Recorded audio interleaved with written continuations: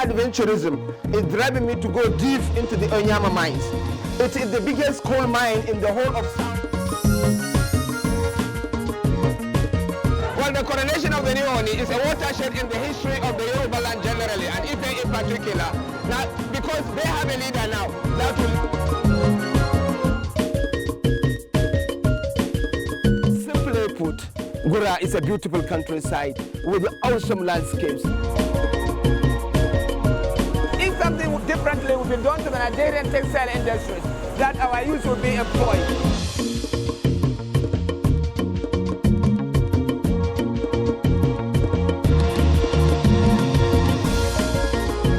Many people that attend the church here can tell you.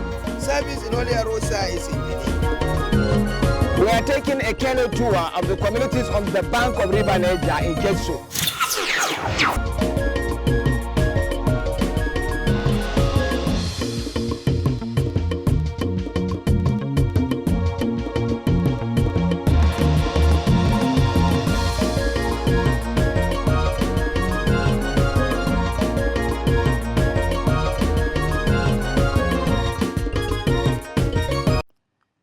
Extreme northern Borno state is paradise.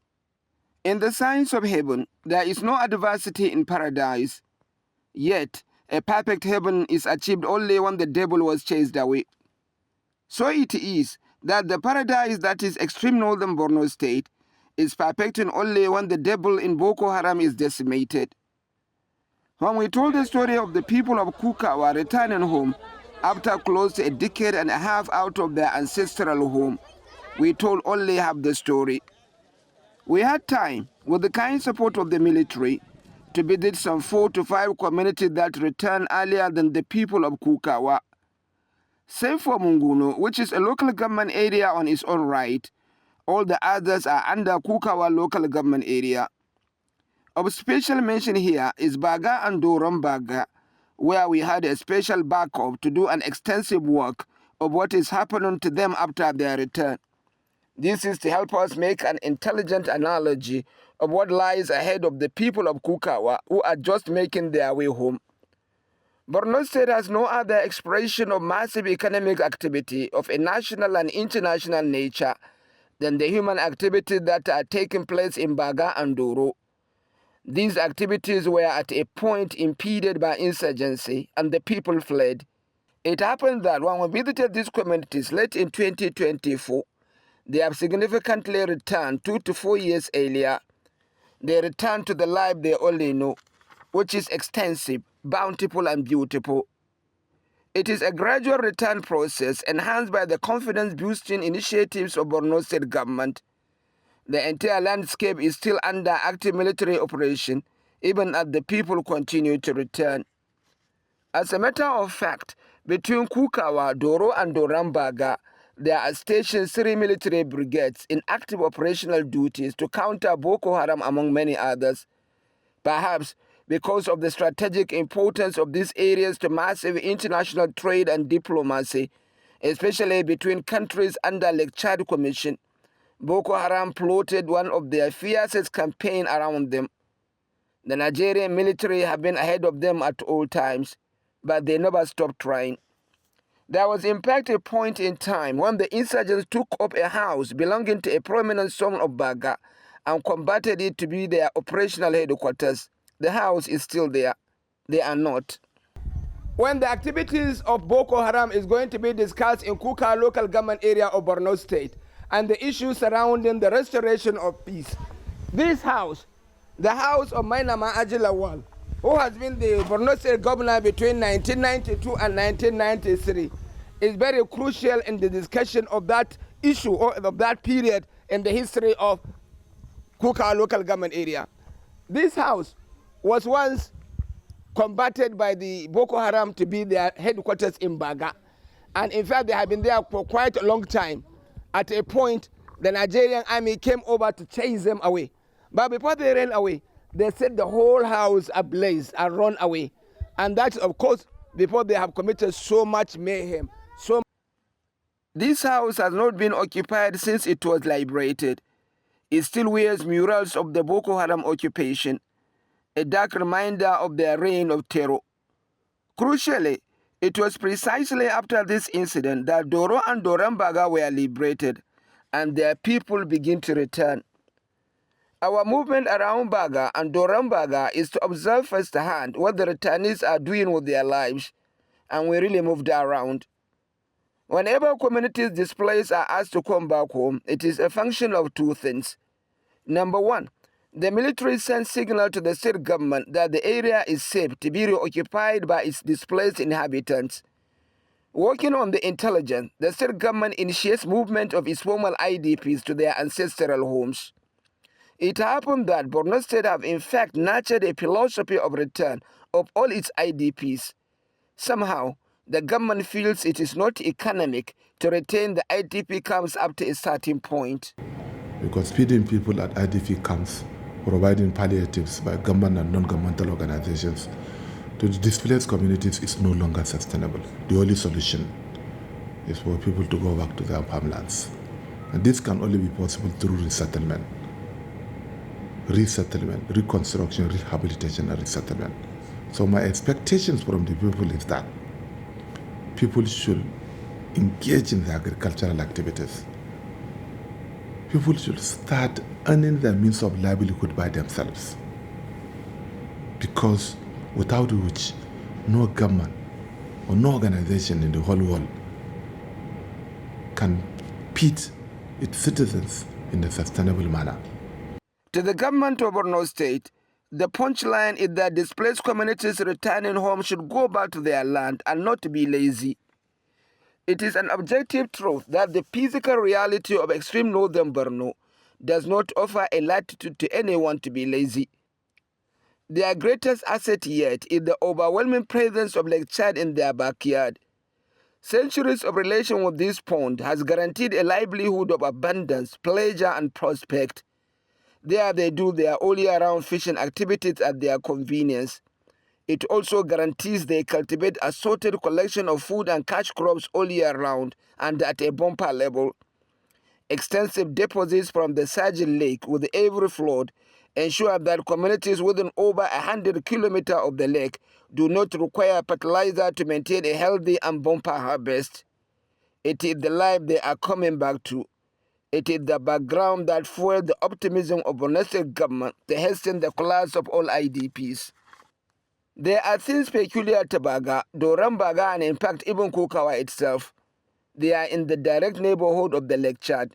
The benefit they derive from this association is always life-changing. By the way, our foray into these areas was accompanied by heavy military escort. It was almost dramatic, but it speaks of how much security conscious the military are of the entire territory. Our first trip was to access a portal of Lake Chad at Doro. There are actually several of such ports which all introduce you to the lake, but they are all distant. We were heading to a portal called Kwata Bundram. It was a foot trip that we really underestimated and ended up trekking for more than 4 hours. As we move, we see ambience of a fishing community all around us, clusters of people displaying their fish for sale, or returning farmers carrying back a fish or two back home. The lake is so fish-rich that a farmer after a day's work paddles into the lake and finds enough for his needs. You routinely run into them hanging their catch like a prize.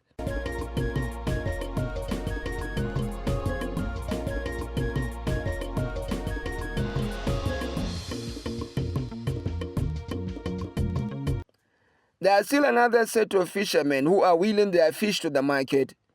The story is, most of the fish catch is of raw fish.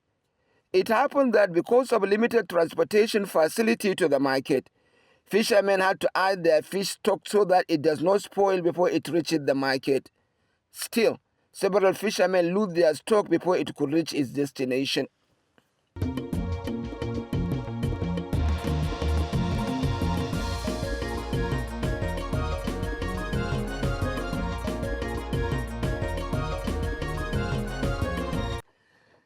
As we continue our foot movement, we appreciate the spacious land around us, alluvial and productive. We even catch a view of a floating tube well and a general ambience of vibrant agriculture around us. In all this are unending pictures of farmers coming back home with the fish.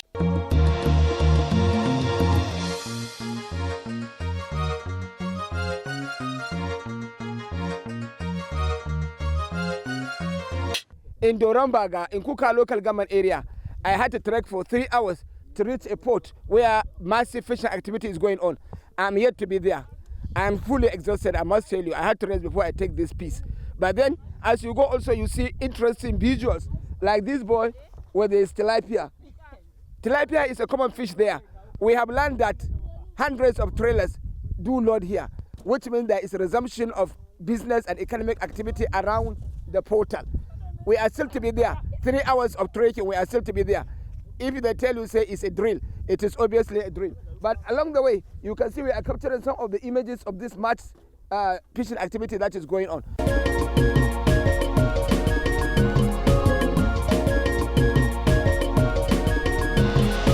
Can't but be interested as we move around. See the kind of fish that they are here. They call this one bergi. It's one of the commonest fish we see around this area. And most of the people is what they load, apart from that tilapia, just to see how much endowed they are. It is very strong, it is scaly, it is long, snake-like almost. And you can see it is as if it has a paddle on its tail. Beautiful fish by all means. And of course, all coming to where we are going. Although tired, we were not despairing in our movement. We eventually went through some muddy patches, and a short distance later, we caught up with the bank of the lake at Gundaram. The lakeside is not too busy at the time we arrived, perhaps because it was afternoon, and many a fishing team may have been away in water in active fishing exercises. We chartered a boat to take us around a section of this great lake. Our army escort could not follow us through the water, but strongly warned us against being overindulgent, at least not to stray beyond certain parameters of time and distance. We teamed up as members of the area's Fishermen Association to move around section of the lake anyway.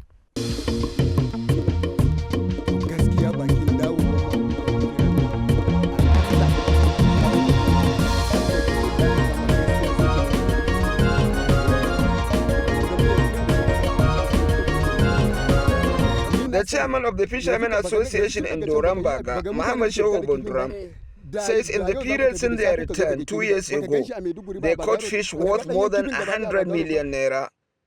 He says it may look significant now because of the dislocations they suffered, and many of their fishermen colleagues are still to come back. But at the period prior to Boko Haram, the time frame could have seen a fish trade worth 100 billion naira. He still wants his people who are yet to return to hasten their step back as peace is restored, so that they continue with their lives. Bondran told her that they catch over 15 varieties of fish in this lake, but complained that lack of adequate transportation system to move their fish to market is impeding them, an argument the state government shows great interest. And the fish market community has complained to the governor, and the only thing that can able to transport fish from Badoro to Maiduguri without any interruption is there was a law made by the state government that they don't want fish from Boko Haram to infiltrate into the markets of our communities. So that's why they said no any vehicle is allowed to convey this until and unless there are clearance from the military and designated vehicles to be used to convey this to Maiduguri. That's why the governor now procured 5 J5 buses and gave it to the union. They said it. The governor handed over 5. I was there. The governor handed over the 5 J5s and 10 golf cars for them to convey the fishes from Doro to Baga fish market in Maiduguri. Splendid as this water environment is, it has also been for over a century at the heart of a major international trading activities between all communities under the Lake Chad Commission. The volume of trade had been in billions of naira, and the water highway has been the main artery of the enterprise. That trade is stopped by insurgency, but there is anxiety within the trading community pressing for the activities to resume. The government of Nigeria is speaking very well with the LCBC countries. Lake Chad Basin countries. Our relationship with the Republic of Chad is very cordial, even with the relationship of Niger and Cameroon. We are doing some wonderful things. We have started clearing the waterways between Baga and Bagasola from the Republic of Chad, so that people will pass now through the waterways. We had experienced some impediments in clearing the water bodies because we don't have some equipment, especially what we call swampukis. The Nigerian Navy has been doing a lot. The naval components in Baga are doing very well. But we recently procured 3 swampukis.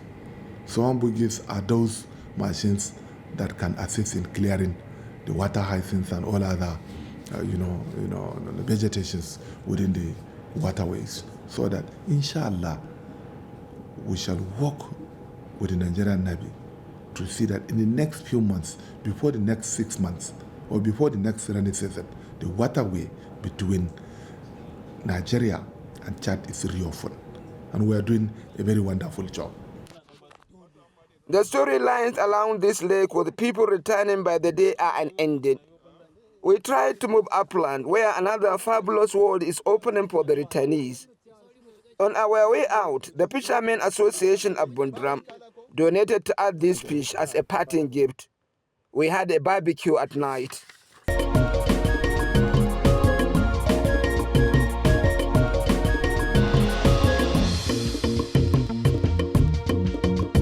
In the morning, we took a field trip to some amazing farmlands and farming activities at Doro. Along the way, the environment looked spacious, fertile, and promising. It did not disappoint on all counts. Our large train was at an onion farmland belonging to one returnee who is picking up his life again in a big way.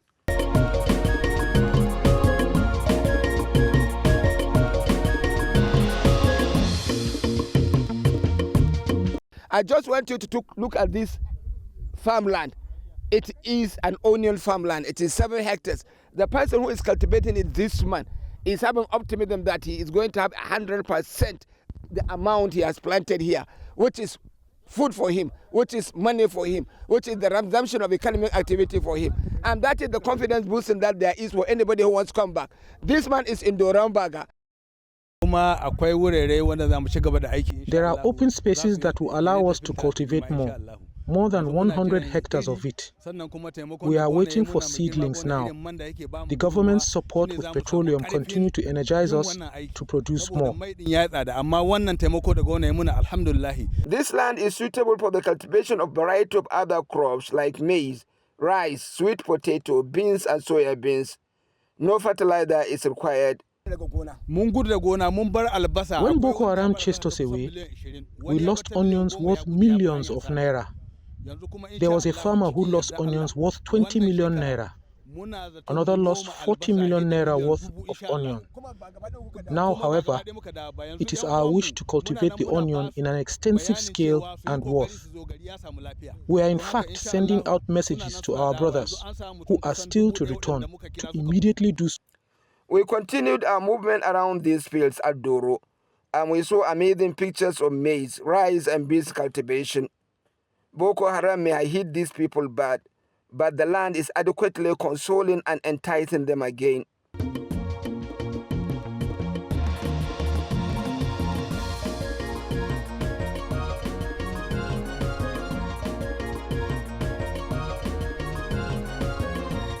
On the other field, Baga is today an extensive tableau of beautiful agriculture made more alluring by the human faith the state government puts to it. It is one of the excellent possibilities the government is having in its mind when it collapses its IDPs for good. If we want to see a model where resettlements has made sense to the people who have been brought back to their father's land, I think the experience of Kukawa in Borno State is a very good example. For example, now we are in Baga. Baga is very popular and famous. Now, before this resettlement in Kukawa, the people of Baga have been resettled. But more than their resettlement, it's the possibility that they have been given to make a life out of their own selves. And a farmland has been cleared for them. apart from the possibilities of trade, which they have been doing unimpeded. So what we are saying is that as much as they come back impoverished or somehow with despair, now they are having possibilities of better livelihood. And obviously, we have some of the officials here. Yeah. We are seeing a farmland here where hundreds of people are being engaged to in farming activity, and most of them, I believe, are people who have been displaced and brought back. Is that right? Yeah. Okay. You know, since Baga was liberated by the Nigerian Armed Forces, and we've made strenuous efforts to resettle our community. So His Excellency Professor Babagana Umar Zulum, the governor of Borno State, initiated an irrigation project and farming opportunities for the community. Thus, we engaged heavy equipment to clear out as much as 10,000 hectares to support farmlands. And 10,000. I'll take you around. You'll see the expansive farmlands along the water canal. And they are being cultivated? Definitely. As we speak, they're being cultivated. Irrigation and rainy season, all encompassing 10,000 hectares. So what are you cultivating there? From maize to rice, cassava, beans, everything you can think of. This is the first year? This is the second year. Baga students who return after their displacement are having a smooth ride with this open land to practice their agriculture all year round unimpeded. When the government opened these spaces for agriculture, we have been finding what to eat, and we have been living in peace.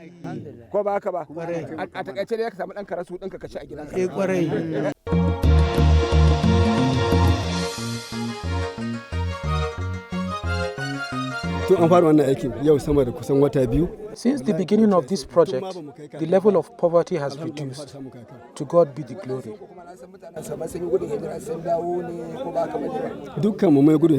All of us here are refugees.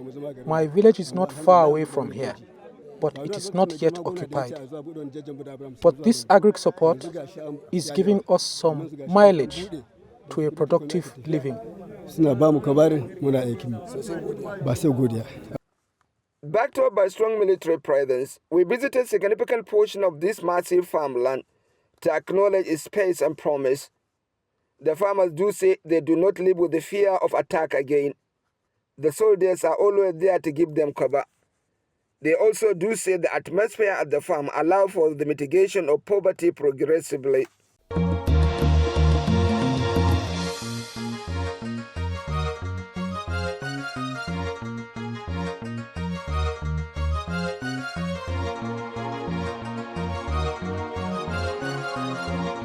The extensive nature of the farm means that we spent hours on foot trip to appreciate its scope. It ensures all year-round agriculture, and there is scarcely a tropical crop that does not do well here. About 3,000 farmers are living off it, but the government supports them with the farm implements like fertilizer, chemicals, seedlings, extension services, and fuel.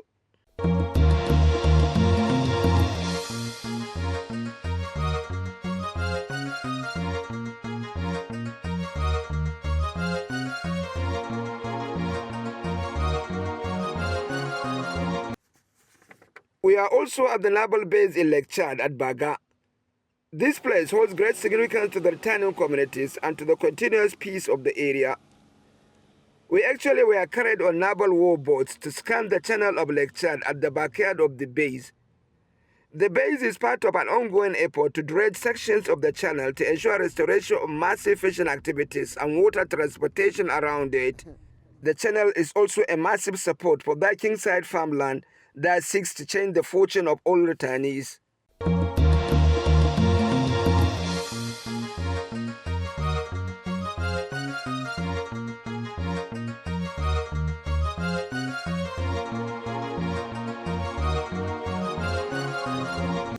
Crucially as well, the base sets eye on any possible attacks through the waterways to repress it. We covered fantastic distances, traversing the channel with the armed personnel who were too willing to take us round.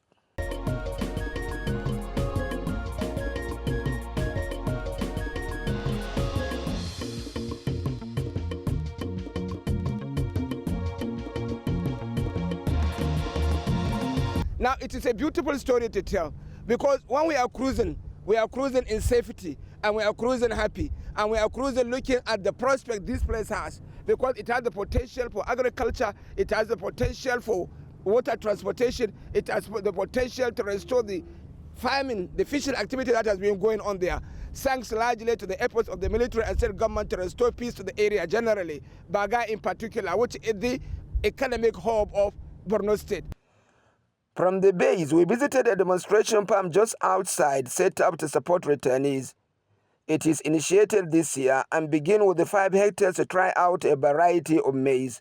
If the maize matures well, which it did, the community takes it. It will be a precursor to an extensive corporate model to come after the initial trials. All inputs are provided by the state government. Next year, the farm will be extended to 30 hectares.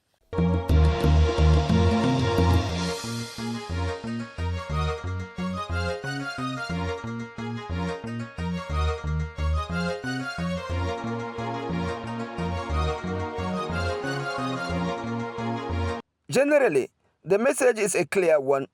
All internally displaced persons whose return destination is extreme northern Borno State do have a paradise in wait.